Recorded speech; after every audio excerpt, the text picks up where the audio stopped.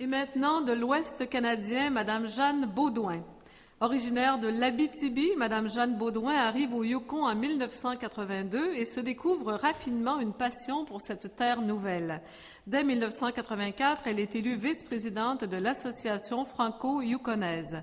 En 1987, elle contribue à la relance du journal L'Aurore boréale par un travail bénévole et lance une pétition pour donner un statut officiel au programme de langue française, un statut qu'il obtiendra dès l'année suivante.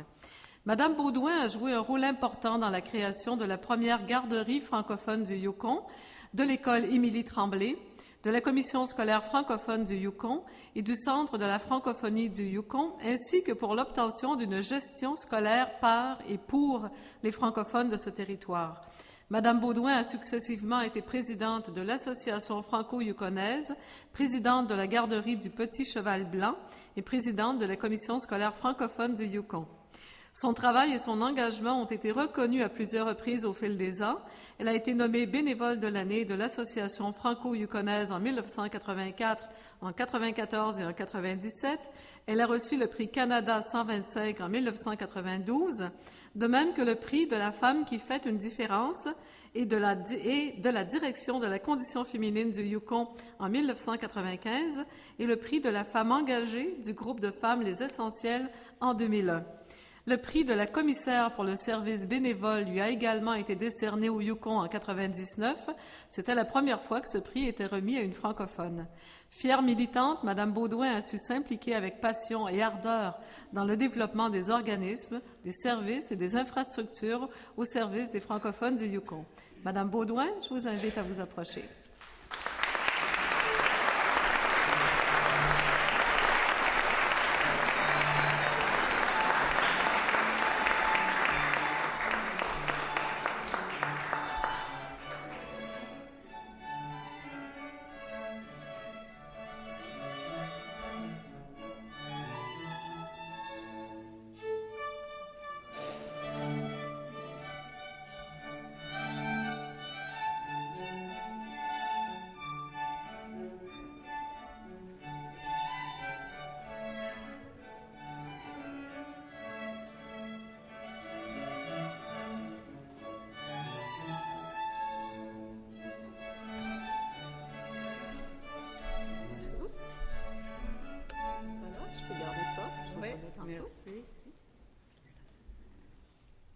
Bonsoir tout le monde. Je veux juste corriger, c'est pas le prix de la femme engagée que j'ai gagné, c'est le prix de la femme enragée.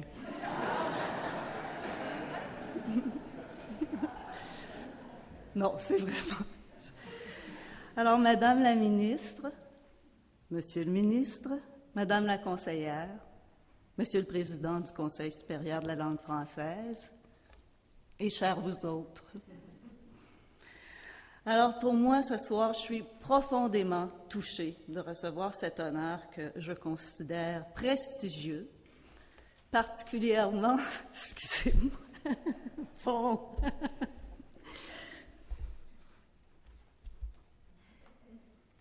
Ça va aller. Ben, voyons donc. Ça, je m'y attendais vraiment pas. Bon. Alors, c'est un grand respire. Au pays de mes racines, pour moi, c'est... Bon, disons que j'ai vécu plus longtemps au Yukon qu'au Québec. Mais quand même, c'est quelque chose pour moi de recevoir ce prix ce soir. Les gens ne le savent peut-être pas, mais il y a au Yukon une francophonie qui surprend par sa vigueur. Et... la voir grandir et s'épanouir m'émeut encore. C'est une francophonie qui est jeune. Une francophonie qui est jeune, enfin qui a atteint le jeune âge adulte. Et ça me touche profondément de voir que les efforts qui ont été investis à la construire ont porté fruit. Cette francophonie, c'est un peu comme ma deuxième famille. Ma première, il y en a plusieurs ici ce soir, ma famille immédiate du Québec. Mais la francophonie du Yukon, c'est ma deuxième famille. C'est là où j'ai passé plus de la moitié de ma vie. Et c'est sans doute pourquoi je me suis investie avec tant d'ardeur à son développement. Wow! Je pensais vraiment pas que ça me ferait ça, mais je poursuis. Je suis née à Malartic, en Abitibi. Je suis la 7e de 11 enfants. Ce soir, on est ici 1, 2, 3, 4, 5, 6, 7. Et j'ai ma fille aînée qui est ici. Moi, je rêvais de devenir écrivaine, poète, de faire du théâtre. J'étais amoureuse de la langue française. J'aimais les langues tout court et j'aimais voyager. Jeune adulte, fraîchement diplômée de l'Université de Sherbrooke en études françaises et théâtre d'animation, je quittais le Québec pour aller occuper un emploi d'été de guide-interprète sur les sites historiques du Klondike à Dawson, au Yukon. Et je suis restée. J'ai vu la majesté du territoire. Je me suis fait des amis. J'ai épousé un charmant Anglo de Toronto et nous avons eu des enfants. J'ai voulu leur léguer une partie de l'héritage que j'ai reçu. J'ai voulu qu'ils aient un horizon aussi large et ouvert que possible. Je suis très fière aujourd'hui de dire que mes enfants sont des Yukonais, des Franco-Yukonais, des Yukonais bilingues et qu'ils sont heureux de l'être. Plusieurs Canadiens francophones, anglophones et allophones sont surpris quand ils apprennent que mes enfants, nés au Yukon, parlent français. Et à moi, ça me fait un petit velours, mais très doux. J'ai réalisé très tôt, en vivant en milieu majoritairement anglophone, qu'en l'absence d'institutions et de services en français, la langue et la culture s'affaiblissent. Pour moi, les langues et les cultures sont des richesses à célébrer et le Canada devrait s'enorgueillir de sa francophonie. Mais ça, c'est un autre débat. Quand je suis arrivée au Yukon, la communauté francophone commençait à peine à s'organiser. Un mari, 3 enfants, une maison plus tard et 30 ans à travailler au développement de la communauté franco-yukonaise. Je suis toujours là.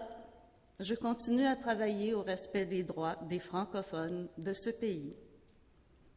Je peux témoigner que les efforts d'une bande d'irréductibles francophones pour construire des assises solides pour que les membres de cette communauté puissent vivre, grandir et mourir, pourquoi pas, en français, ont porté fruit à l'extrême nord-ouest du pays. La Franco-Yukonie s'agrandit et se diversifie.